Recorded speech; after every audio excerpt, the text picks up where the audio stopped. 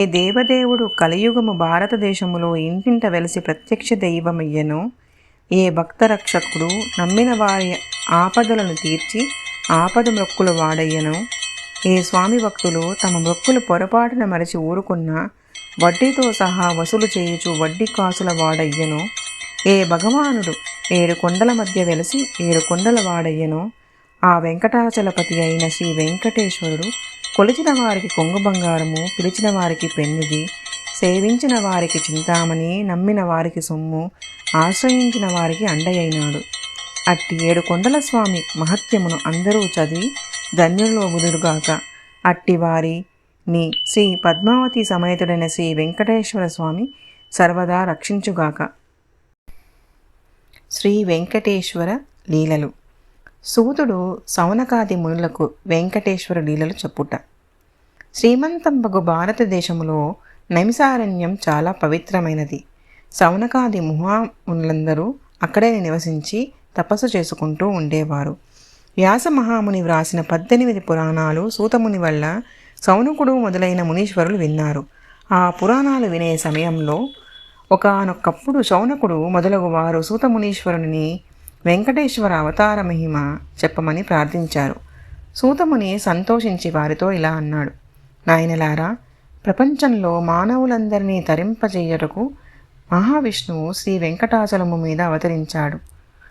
ఆ వెంకటేశ్వరుడు కలియుగ ప్రత్యక్ష దైవము. భక్తులకు ఏ బాధలు కలుగనీయక కంటికి రెప్పవలే కాపాడుచుండును.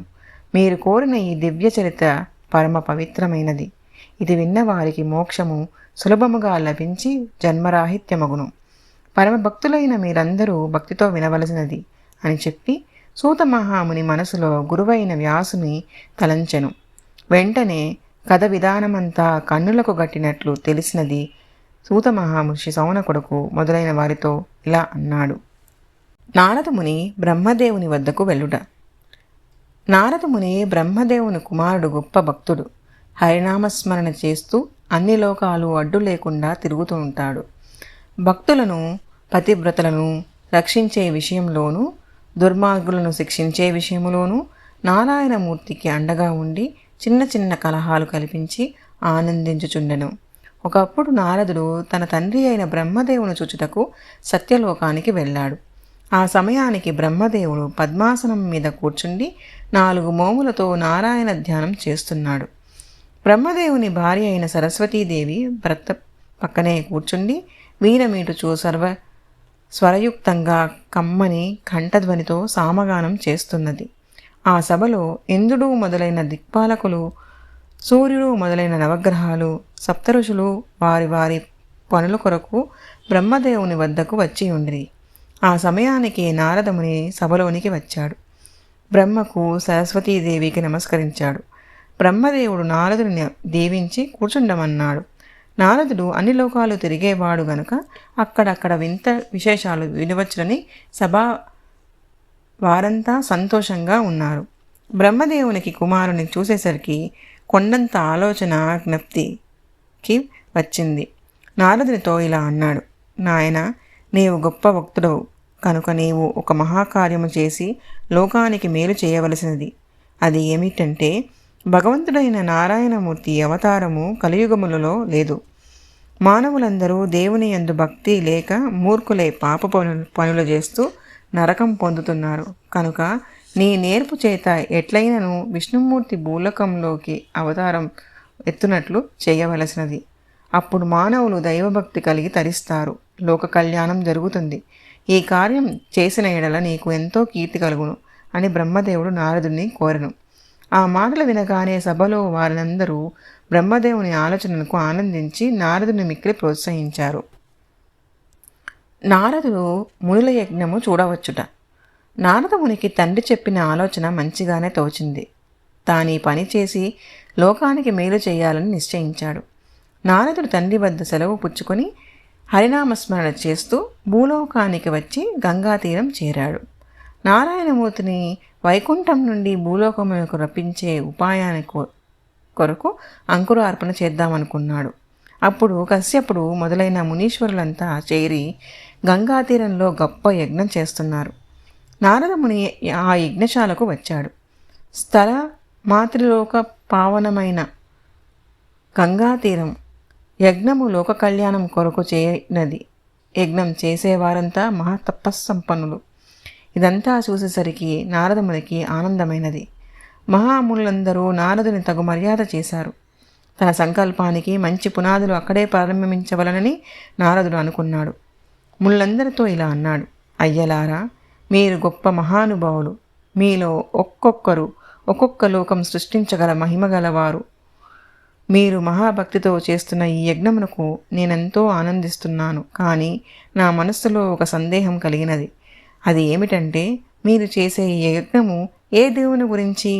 ఈ యజ్ఞము ఫలమిచ్చే దేవుడు త్రిమూర్తులలో ఎవరు? నేను ఎన్నాళ్ళు నుండియో యజ్ఞ ఫలమిచ్చే దేవుడు తెలుసుకోనలేక తికమక పడుచున్నాను. మహానుభావులు, మీరు నా సందేహము తీర్చి పుణ్యం కట్టుకోవలసినది అని అన్నాడు. నారదుడు ప్రశ్న విని ఆ మునులంతా తెల్లబోయారు. త్రిమూర్తులలో ఎవరి పేరు చెప్పుటకు సాహసించలేకపోయారు. తగు సమాధానం చెప్పలేక మౌనంగా ఉన్నారు. మునీశ్వరులు సమాధానం చెప్పుకున్నందుకున నారద ముని నవ్వుచూ, బాబులారా, అర్థం తెలియక చేసే ఈ యజ్ఞమంతా వ్యర్థమే కదా. బ్రహ్మ విష్ణు మహేశ్వరులు ముగ్గురిలో సత్వగుణము కలిగే మోక్షమిచ్చే దేవుడెవరో ముందుగా తెలుసుకొని యజ్ఞఫలము ఆ దేవునికి దారబోసి మోక్షము పొందండి అని చెప్పి తనలో మునీశ్వరులకు నేనిప్పుడు చెప్పిన ఆలోచన ప్రకారం వారు త్రిమూర్తులను తప్పక పరీక్ష చేస్తారు. ఆ పరీక్షలో బ్రహ్మదేవుడు శంకరుడు ఓడిపోతారు. నారాయణమూర్తి గెలుస్తాడు. ఆ పరీక్ష వల్లే లక్ష్మీదేవి నారాయణకు కలహం వచ్చి వైకుంఠం వదిలి భూలోకం వలుస్తారు. ఈ అవతారమునకు సేవించి ప్రజలంతా తరిస్తారు అని అనుకునుచు తన దారి వెళ్ళాడు. మునులు తమలో తాము కలహించుట.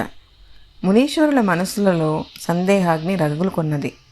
కొందరు బ్రహ్మదేవుని పక్షము, మరికొందరు శివుని పక్షము, ఇంకా కొందరు విష్ణుదేవుని పక్షము నిలిచిరి. శివుడే గొప్ప దేవుడైన శైవమసత్సులు చేతులెత్తారు. విష్ణువే యజ్ఞఫలమిచ్చే దేవుడని వైష్ణవ స్వాములు వాదించారు. సృష్టికర్త అయిన బ్రహ్మదేవుడే గొప్పయని బ్రహ్మపక్షం వారు వెల్లడించారు. ఈ విధంగా మునీశ్వరులు వారి వారి ఇష్టదైవాల గొప్పదనాన్ని కొండంతగా ఉపన్యసిస్తూ అన్యపక్షం వారి దైవాన్ని హాస్యం చేస్తూ తర్జన భర్జన తిరస్కారాలకు దిగారు. కొంతమంది కలహం కల్పించి పోయినాడని నారదుని తిట్టిరి. మరికొందరు నారదుని ఆలోచనకు సంతోషించిరి. యజ్ఞమంతా అల్లకల్లోలమైంది. మంత్రాలు వాదనములుగా మారినవి. మునీశ్వరులకు యజ్ఞము మీద మనస్సు పోయి కలహం ఎక్కువైనది. ఈ వాదనంతా విని అందులో కొందరు పెద్దలు ఇలా అన్నారు: మునులారా, మీరు జ్ఞానం కలవారు, ధర్మాధర్మములు మంచి చెడ్డలు తెలిసినవారు. మీలో మీరు ఇలా వాదించుకునటం మంచిది కాదు. ఎవరైనా వింటే నవ్విపోతారు. మీలో కొందరు నారదుని దూషించారు, కానీ అది మంచిది కాదు. ఏమందురా, అతడు తెచ్చిన ఈ సమస్య గొప్ప యోచన గలది గాని కలహకారణమైనది కాదు. భగవంతుని గొప్పదనం తెలుసుకొనుట భక్తుల విధి. సత్వగుణములు, రజోగుణము, తమోగుణము, ఈ మూడింటిలో సత్వగుణ ప్రధానమైన భగవంతుని స్వరూపము. కనుకనే త్రిమూర్తులలో సత్వగుణ ప్రధానుడైన దేవుడెవరో తెలుసుకొనటం మంచిది. తమలో త్రిమూర్తుల గొప్పదనాన్ని పరీక్షించే శక్తి గల మునీశ్వరుని పంపించి త్రిమూర్తులను పరీక్షించి సభవారికి సందేహం తీరుతుంది. అది మధ్యవర్తులు ఉపాయం ఇచ్చిరి. పెద్దల నిర్ణయం విని మునులంతా సంతోషించారు. త్రిమూర్తులను పరీక్షించడమే సామాన్యమైన పని కాదు. ఈ పరీక్షా విధానము పొందుటకు అందరూ భయపడినారు. అంత గొప్పవాడు మనలో ఎవడా అని యోచిస్తున్నారు. ఆ సమయంలో కొందరు మునులు ఇలా అన్నారు: మునులారా, మనలో భృగుమహాముని గొప్ప తపస్సు చేసి మహిమ సంపాదించినవాడు కావున ఈ పరీక్షాధికారం ఆయనకి ఇచ్చిన బాగున ఉండును అన్నారు. ఆ మాటలు విని సభవారందరూ భేష్ భేష్ అని కరతాళ ధ్వనులు చేశారు. భృగుమహాముని కూడా సభవారి మాటలకు తోసివేయజాలక సరేనని సమ్మతించారు. కానీ త్రిమూర్తులను పరీక్షించిన అగ్నితో తెలగాటము వంటిదని ఆత్మలో సందేహించాడు. ఎట్లయినను ప్రయాణము నిశ్చయించాడు. భృగుముని బ్రహ్మలోకమునకు పోవుట. బ్రహ్మదేవుడు నిండు సభలో ఐంగరుని గద్దె మీద కూర్చున్నాడు. ఒకవైపు మహారుషులు, దేవఋషులు, రాజఋషులు, బ్రహ్మ ఋషులు కూర్చున్నారు.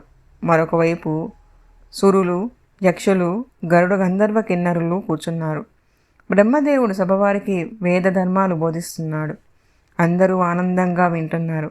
ఆ సమయానికి భృగుమహాముని సభలోకి వచ్చాడు. సభనంతా ఒక్క మాట చూశాడు. బ్రహ్మదేవునికి గౌరవంగా ఒక్క నమస్కారమైనా చెయ్యకుండా గర్వముతో ఒక గద్ద మీద కూర్చున్నాడు.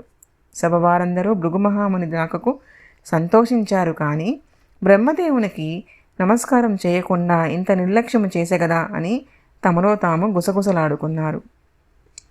భృగుమహాముని ప్రవర్తన బ్రహ్మదేవునకు అవమానంగా తోచింది. సభ మర్యాద ప్రకారం పెద్దవాడైన తనకు నమస్కారం చేయకుండా కూర్చున్న భృగుముని మీద బ్రహ్మకు పట్టరాని కోపం వచ్చింది. కన్నులు ఎర్ర చేశాడు. కనుబొమ్మలు చిట్లించాడు. కఠినమైన ధ్వనితో ఇలా అన్నాడు.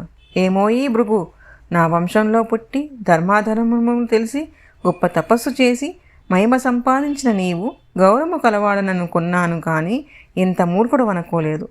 పరువు మర్యాదలు తెలియకుండా సభా గౌరవం పాటించకుండా ప్రవర్తించవచ్చున పెద్దనైన నాకు నమస్కారం చేయకుండా పీఠము మీద కూర్చుండవచ్చున మహామునిని గర్వమా? అందరికంటే తపస్సాలివని అహంకారమా? ఈ సభలో ఉన్న మహునీశ్వరులంతా ఎవరికంటే గొప్పవాడవు? త్రిమూర్తులను పసిపాపలుగా ఆడించిన అత్రి మహాముని కంటే అధికుడవా? ఇంద్రునంతవాని శాపించిన గౌతముని కంటే గనుడవా? జమదాగ్ని కంటే శక్తి గలవాడవా? నీవింత తెలివిహీనుడవని నేను అనుకోలేదు అని బ్రహ్మదేవుని నోటికి వచ్చినట్టు భృగుమహాని దూషించాడు. భృగుమహాముని లోపల నవ్వుకొనుచూ తనలో ఇలా అనుకున్నాడు. అవురా, బ్రహ్మదేవునకు ఎంత దురాభిమానము! నేను నమస్కారము చేయకున్న మాత్రాన ఈయన గొప్పదనముకు భంగము వచ్చిన శాంతమూర్తులకు ఇతరులకు పొగడతలతోనూ పూజలతోనూ పని ఏమున్నది? ఆత్మాభిమానం గలవ రాజసగుణం ప్రధానులకే కదా ఈ గర్వము. ఇట్టి రాజసగుణము కలవాడని తెలుసుకున్న బ్రహ్మదేవునకు ప్రత్యుత్తరం చెప్పక భృగుమహాముని ఆ సభ నుండి విడిచి వెళ్ళినాడు. భృగుమహాముని కైలాసము చేరుట. బ్రహ్మదేవుని సంగతి తెలిసినది, ఇక ఈశ్వరుని సంగతి తెలుసుకుందాం అని భృగుమహాముని కైలాసమునకు చేరాడు.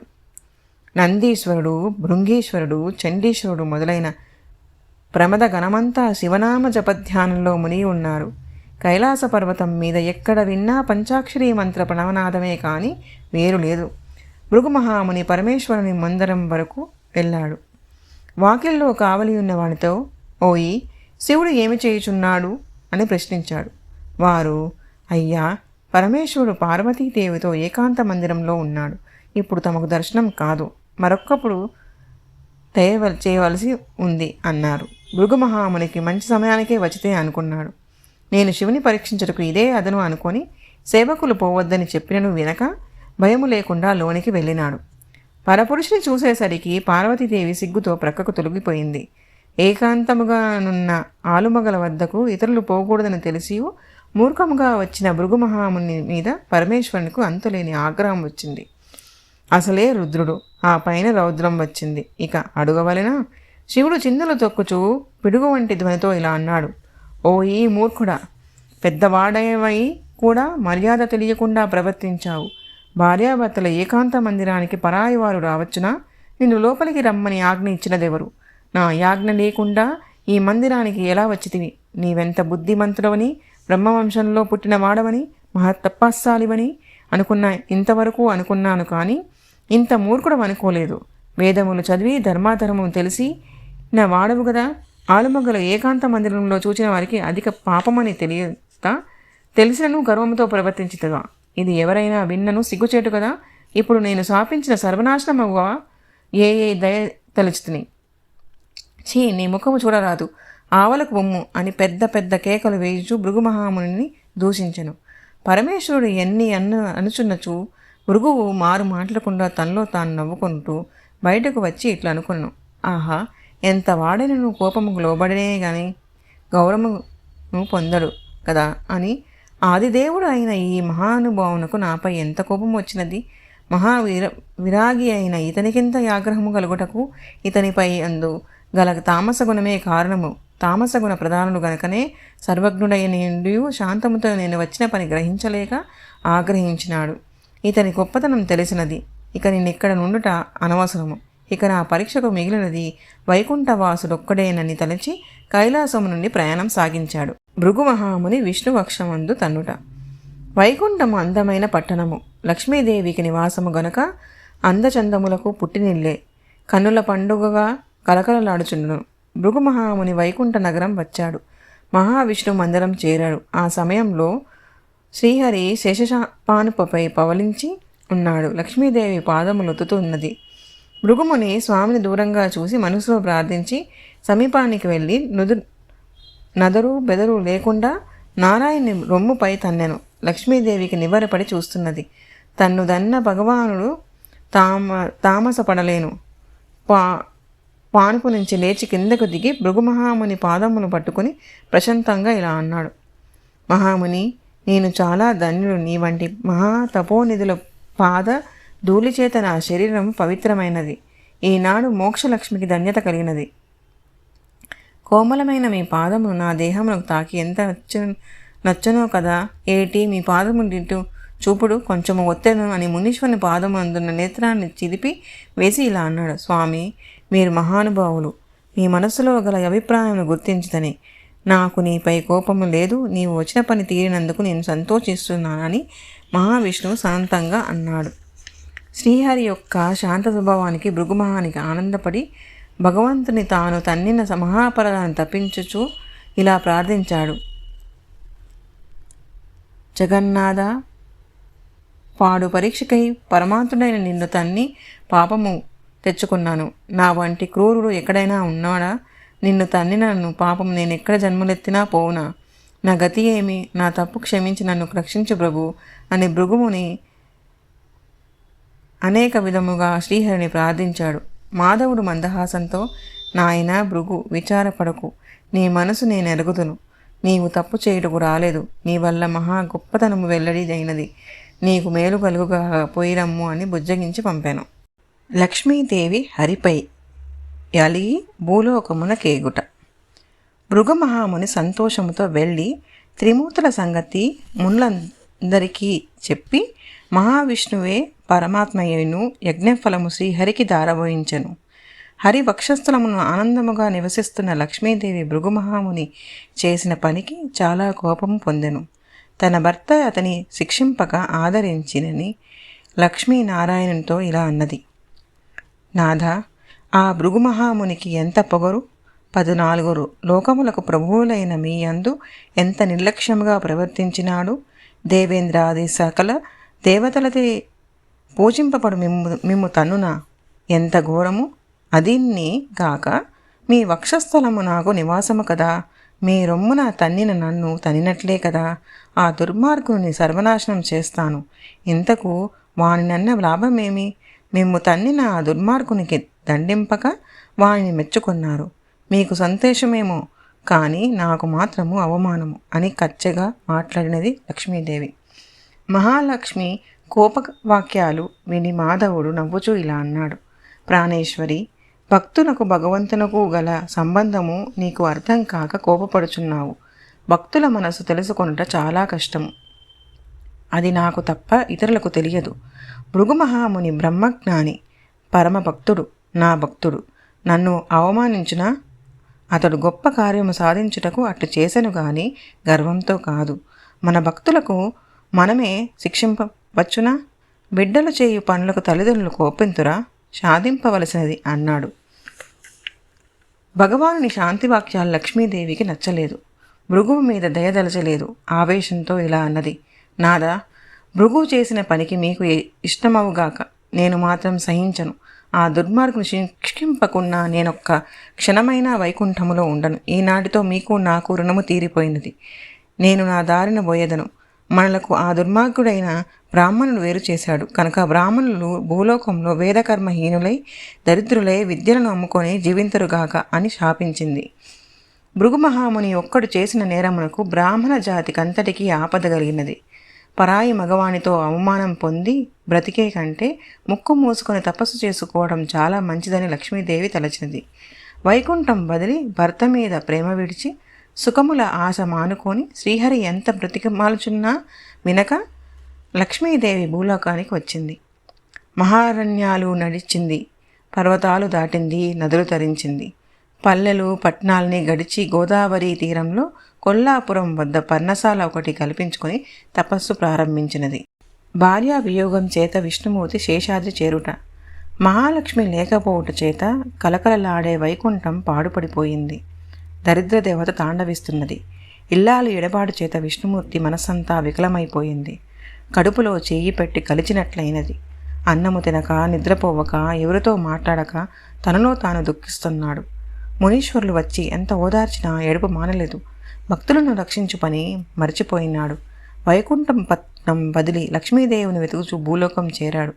భార్య జాడ తెలియక పరితపిస్తున్నాడు. ప్రాణేశ్వరి, ఎక్కడున్నావు? నీ జాడ నాకు ఎవరు వినిపించదరు? నీవు నన్ను విడుచుటచే నా బ్రతుకంతా వ్యర్థమైపోయింది కదా. నిన్ను చూడక నేను బ్రతకగలనా? కలిసిమెలిసి సుఖముగానున్న మన ఇద్దరిని ఆ మునీశ్వరి పరీక్ష వేరు చేసింది. నాకు నిన్ను చూచు భాగ్యం ఉన్నదో లేదో కదా అని విచారపడుచు, ఎండకు ఎండుచు, వానకు తడుస్తూ, కొండలు గుహలు వెతుకుచూ, మహారణ్యములు తిరుగుచూ, కనపడిన వారినందరినీ మహాలక్ష్మి జాడను అడుగుచూ, రాత్రి అనక పగలనక నిద్రాహారములు మాని తిరుగుచూ, నోరు లేని జంతువులను వృక్షములను సైతము తన భార్య జాడ అడుగుచూ, ప్రియురాయలైన మహాలక్ష్మిని ఎప్పుడు చూతునా అని కలవరపడుచున్నాడు. ఆత్మవేదన భరించలేక మనసులో మ్రగ్గిపోతున్నాడు. కనిపించే ప్రతిరూపము లక్ష్మీదేవి వలనే తోచుచున్నది. నిద్ర లేకుండాటచే కన్నులు ఎర్రబారినవి. ముఖము కళావిహీనమైనది. ఆహారము లేక శరీరము శుష్కించున్నది. ఉన్మత్తుని వలె అన్నదే అనుచు, చూచినదే చెప్పుచు, క్షణక్షణము లక్ష్మీ లక్ష్మీ అని కేకులు వేయుచు, వెతుకుచూ తిరుగుచూ కొన్నాళ్లకు శేషాద్రి ప్రాంతములకు చేరను. శేషాద్రి అని పేరు కలుగుటకు కారణము, పూర్వము వాయుదేవునకు ఆదిశేషునకు పంతము కలిగింది. వారిద్దరూ ఒకరికంటే మరొకరు బలము కలవారమని తగులాడుకొనుచుండిరి. ఆ సమయమునకే హరినామస్మరణ చేస్తూ నారద మహాముని వారి వద్దకు వచ్చాడు. వారిద్దరి వాదము విన్నాడు. వారితో, అయ్యలారా, మీరిట్లు వాదులాడుకునుట మంచిది కాదు. మీరిద్దరూ బలవంతులే. వృధాగా వాదులాడిన ప్రయోజనమేమున్నది? ఒకవేళ మీ గొప్పతనము తేల్చుకొన దలచిన ఎడల నేను మీకు ఒక ఉపాయము చెప్పదలచినాను, వినడు. ఆదిశేషుడా, నీవు మేరు పర్వతము కుమారుడైన ఆనంద పర్వతాన్ని చుట్టుకొనవలసింది. వాయుదేవుడా, నీవు ఆదిశేషుడు చుట్టుకున్న ఆనంద పర్వతాన్ని నీ బలము చేత కదిలించవలసినది. నీవు కదిలించితివా, నీవే గొప్ప బలవంతుడు. లేకున్నా ఆదిశేషుడు గొప్ప బలవంతుడు. కనుక మీరీ పరీక్షకు సిద్ధపడవలసినది అని నారద మహాముని సలహా ఇచ్చెను. అందుకు వారిద్దరూ సమ్మతించి ఆదిశేషుడు ఆనంద పర్వతాన్ని గట్టిగా చుట్టుకున్నాడు. వాయుదేవుడు రౌద్రంతో తన బలమంతా చూపి కదిలించుటకు ప్రయత్నించెను. కానీ ప్రయోజనము లేకపోయింది. ఒకప్పుడు సుడిగాలితో, మరొకప్పుడు తుపాను వంటి జంజుమారుతంతో రాత్రనక పగలనక వాయుదేవుడు గాలి వీస్తున్నాడు. ఆదిశేషుడు కూడా పట్టుదలతో తన బలమంతా వినియోగించి పర్వతమును పట్టినట్లు విడవక కదులుకున్నాడు. వాయుదేవుని ప్రతాపం ఘోరమైనది. ఆ గాలి రాను రాను ప్రళయ రూపంగా మారింది. అన్ని లోకాలు అల్లకల్లోలమైనవి. ప్రాణులన్నీ బాధపడుచున్నవి. ఆదిశేషుడు పట్టు విడవలేదు. వాయుదేవుడు పంతం విడవలేదు. ఈ విధంగా కొన్ని దినములు గడిచినవి. ఈ ప్రమాదం చూచి ఇంద్రాది దేవతలు అక్కడికి వచ్చి ఆదిశేషునితో, స్వామి, ఇది ఏమి అన్యాయము? ఆవులు పోట్లాడి లేగల కాళ్ళు తొక్కినట్లు మీరిద్దరూ పంతమాడి లోకములకు ముప్పు తెచ్చుచున్నారు. సమస్త ప్రాణులు వాయు ప్రమాదాన్ని అల్లాడిపోచున్నవి. నీవు మా యందు దయతలచి ఈ ప్రమాదం తప్పించి పుణ్యము కట్టుకోవలసింది అని ప్రార్థించాడు. దేవతల మొరవిని ఆదిశేషుడు తన పట్టు కొంచెము తప్పించెను. వెంటనే వాయుదేవుడు ఆ పర్వతాన్ని ఆకాశ మార్గమునకు ఎగరగొట్టెను. అందుండి ఆ పర్వతము భూలోకంలోకి ఆదివరాహ క్షేత్రమున పడెను. ఆ పర్వతము శేషుని వలన వచ్చినది గనక దాన్ని శేషాద్రి అనే పేరు కలిగినది. శ్రీహరి లక్ష్మీదేవి కొరకు వెతుకుచు తుట్టతుదకు ఆ శేషాద్రి దాపునకు ఆ కొండపై అన్ని స్థలముల యందును లక్ష్మీదేవికి వెదకు చూచి వేసారి ఒక చింత చెట్టు నీడ చేరెను. శరీరము తూలిపోవచుండా ఆయాసము కలిగి ఆ చెట్టు నీడను గల ఒక పుట్ట కాంచి అందైనను కొన్ని దినములు తలదాల్చుకుందని ఎవ్వరికీ కనిపించకుండా ఉండవలనని శ్రీహరి యోచించి ఆ పుట్టలో చేరి అచ్చటనే కాలము గడుపుచుండెను. బ్రహ్మశంకరులు గోవత్స రూపము ధరించుట. వైకుంఠం పాడుపడినది. ఆ వార్త నారదముని విని సత్యలోకానికి వెళ్ళి తన తండ్రి అయిన బ్రహ్మదేవునితో, అయ్యా, మీరు నాకు చెప్పిన ఆలోచన ప్రకారము శ్రీ మహావిష్ణువు భూమి యందు అవతరించుటకు యత్నం చేశాను. అందువల్ల లక్ష్మీనారాయణులకు ఎడబాటే లక్ష్మీదేవి కొల్లాపురమున తపస్సు చేయుచున్నది. నారాయణమూర్తి శేషాద్రి యందు ఒక పుట్టలో తలదాచుకొని నిద్రాహారములు లేక శుష్కించిపోచున్నాడు. కనుక నీవెట్లయినను యోచించి శ్రీహరికి ఆహారము ఇవ్వవలసినది అని ప్రార్థించెను. బ్రహ్మదేవుడు కొంత తడవు యోచించి నారదుని పంపి తాను కైలాస పర్వతమునకు చేరను. శంకరుడు బ్రహ్మను గౌరవించి విశేషములేమని ప్రశ్నించెను.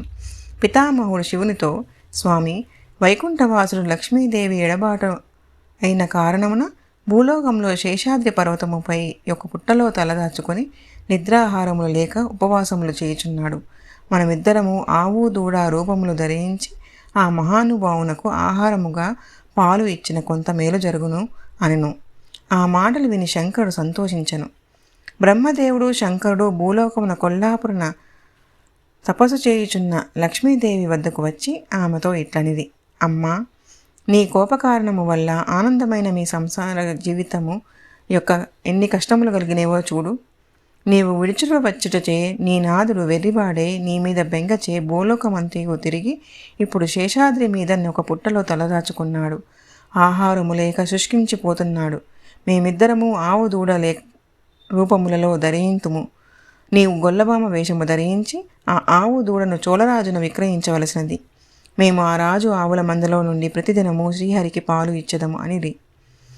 మహాలక్ష్మి అందుకు సమ్మతించెను. బ్రహ్మదేవుడు ఆవు రూపమున, శంకరుడు లేగ రూపమున, లక్ష్మీదేవి గొల్లబామ వేషము ధరించి ఆవును లేగదూడను తోలుకొని చోళరాజు పాలించు చంద్రగిరి చేరింది. ఆ రాజు అతని భార్యయు ఈ ఆవు దూడల చక్కదనములకు మెచ్చుకొని గొల్లబామ వద్ద ఆవును కొనుక్కున్నారు. లక్ష్మి తన దారిన వెళ్ళింది. చోళరాజు భార్య ఆ గోవు పాలతో తన బిడ్డను పెంచవలనని కోరిక పడెను. చోళరాజునకు అనేకమైన ఆవుల మందలు ఉన్నవి. పనుల కాపరిని పిలిచి, ఓరి, ఈ క్రొత్త ఆవును చాలా శ్రద్ధగా పోషించి పాలు పితికి మాకివ్వవలసినది అని ఆజ్ఞాపించాడు. గోపాలుడు ఆ ఆవును వేగను తన మందలో కలిపి శేషాచలముకు మేతకు తోలుకొని పోవుచుండెను. ఆ ఆవు మందులతో మేత మేయక ఒంటరిగా పోయి విష్ణుమూర్తి దాగి ఉన్న పుట్టలో ఎవరికీ తెలియకుండా తన పాలు ఆ పుట్టలో కురిపించి మళ్ళ వచ్చి మందలో చేరుచుండెను. ఆవు ఇంటిలో మాత్రం పాలు ఇచ్చుటలేదు. విష్ణుమూర్తి చోళరాజును శపించుట. ఒకనాడు చోళరాజు భార్య గోపాలుని పిలిచి, ఓరి, ఇంతవరకు ఒక్కనాడైనను కొత్త ఆవు పాలు తేలేదు. ఈ ఆవు పాలివ్వకుండనా లేక నీవు త్రాగుచుంటివా, అమ్ముకొనుచుంటివా చెప్పు అని కోపించినది. గోపాలుడు భయపడి, అమ్మా, నేను ఏ పాపము ఎరుగను. ప్రతిరోజు సాయంకాలం ఇంటికి రాగానే అన్ని ఆవుల వలనే దీని వద్దకు కూడా పాలు పిండుటకపోగా పాలు లేక చన్నులు ఎండిపోవుచున్నవి. అదేమి మాయో నాకు తెలియటలేదు అనను. ఆ మాటలు విని మహారాణి మండిపడి, ఓరి మూర్ఖుడా, పాడి ఆవు వద్ద పాలు లేకుండా నీ మాటలు నమ్మరాదు. ఈరోజు మొదలు పాలు లేకుండా నిన్ను కఠినముగా శిక్షించుతును అని గద్దించి పలికింది. గోపాలుడు భయపడి అలాగేనన్నాడు. ఆనాడు ఎప్పటి వలె ఆవుల మంద శేషాద్రి మీదకు మేపకు పోయినది. గోపాలుడు మాత్రము ఆ ఆవు ఒక కంట కనిపెట్టి ఉన్నాడు. ఆవు మందను వదిలిపెట్టి పుట్ట వద్దకు పోయినది. తన పొదుగును పుట్టపై నుంచి పాలదారలు పుట్టలో కార్చుచున్నది. ఈ చిత్రం చూస్తున్న గోపాలునకు కోపం వచ్చింది. ఆవును సమీపించాడు. తన చేతనున్న గండ్రగొడ్డలి పైకెత్తి ఆవును కొట్టబోయెను. కానీ తనకు ఉపకారం చేయుచున్న ఆవునకు ఆపద వచ్చిందని పుట్టలోనున్న విష్ణుదేవుడు వెంటనే పైకి వచ్చి ఆవునకు అడ్డము నిలిచెను. గొల్లవాడు వేసిన గొడ్డలి వ్రేటు స్వామి ఎత్తిపై బలముగా తగిలినది. ఆ దెబ్బతో స్వామి తల పగిలి రక్తము కారినది. ఆ రక్తము చూచిన గోపాలుడు కళ్ళు తిరిగి నిలబడి మూర్చపోయాను. అంతటా ఆవు పర్వతము దిగి చోళరాజు సభకు వచ్చి అంబా అంబా అని బిగ్గరగా అరుచుచు కన్నుల వెంట నీరు కార్చుచుండెను. ఆవు శరీరంపై రక్తమరకలు ఉండట చూచి రాజు చాలా ఆశ్చర్యపడి ఒక సేవకునితో, ఓరి, ఈ ఆవుల వెంట కొండకేగి ఈ రక్తమునకు కారణమేమో తెలుసుకుని రమ్ము అనెను. సేవకుడు ఆవు వెంట కొండపై నెక్కి అక్కడ పుట్టను రక్తమును పారుటగాను గోపాలుని మూర్ఛను చూచి మరలి వచ్చి చోళరాజుకు సంగతి అంతు విన్నవించెను. మహారాజు ఆశ్చర్యపడినాడు. వెంటనే చోళరాజు పర్వతముపై నెక్కి పుట్ట వద్దకు చేరెను. అంతయు అయోమయంగా తోచింది. గోపాలనకు మూర్ఖ కారణమేమి? పుట్టలో నుండి రక్తమే విధముగా వచ్చుచున్నది. ఈ దుర్మార్గం చేసిన వారెవరు అని అనేక విధములుగా యోచించినాడు. ఇంతలో పుట్టలో నుండి విష్ణుదేవుడు పైకి వచ్చాడు. ఆ మహానుభావుని తలగాయముతో రక్తము గారుచున్నది. స్వామి చోళరాజు చూసి మండిపడి, ఓరి రాజా, నీవెంత దుర్మార్గుడవు! గోపాల్ని గండగుడ్డలతో నన్ను కొట్టింతువా? దుర్మార్గుడా! సేవకులు చేయు దోషములు రాజు అనుభవించకవలసిందే కనుక నీవు పిచాచమే పోదువుగాక అని శాపించను. చోళరాజు దుఃఖముతో స్వామి పాదముల మీద పడి ఏడుచుచు, మహానుభావ, నేను ఏ పాపము ఎరుగను. నేను గోపాలంతో నిన్ను దండించమని చెప్పలేదు. నీవు ఈ పుట్టలో ఉన్న సంగతి నాకు తెలియదు. నేను నిరపరాధిని. నన్ను శపించుట న్యాయం కాదు. దయగల దేవుడ వన్న నన్ను రక్షించగలవలసినది అని అనేక విధములుగా ప్రార్థించినాడు. స్వామికి చోళరాజు ప్రార్థన వినగానే కరుణ కలిగి ఇలా అన్నాడు, రాజా, నా శాపం వ్యర్థము కాదు. కానీ నీవు ఈ దేహము వదిలి ఈ చోళ వంశంలో ఆకాశరాజు అని పేరుతో పుట్టి నీ కుమార్తె పద్మావతిని నాకిచ్చి పెండ్లి చేస్తావు. ఆ సమయంలో నీవు నాకు వజ్రకిరీటం సమర్పింతువు. ఆ కిరీటాన్ని నేను ప్రతి శుక్రవారమును ధరింతును. ఆ రోజుతో నీకు పిశాచ రూపము పోవును అని సెలవిచ్చెను. అంతలో గోపాలుడు మూర్ఛలేని గ్రుడ్డివాడయ్యెను. వాడు భగవానునికి నొక్కి తనను రక్షించమని ప్రార్థించెను. స్వామి దయగలిగి, ఓరి, నేను కొన్నాళ్ళకు ఈ పర్వతమునందు వెలసెదను. నీవు అంతవరకు అందుడవై ఉండును. నా అవతారము చూడగానే నీ దృష్టి కలుగును అని చెప్పి మహావిష్ణువు అక్కడి నుండి బయలుదేరును.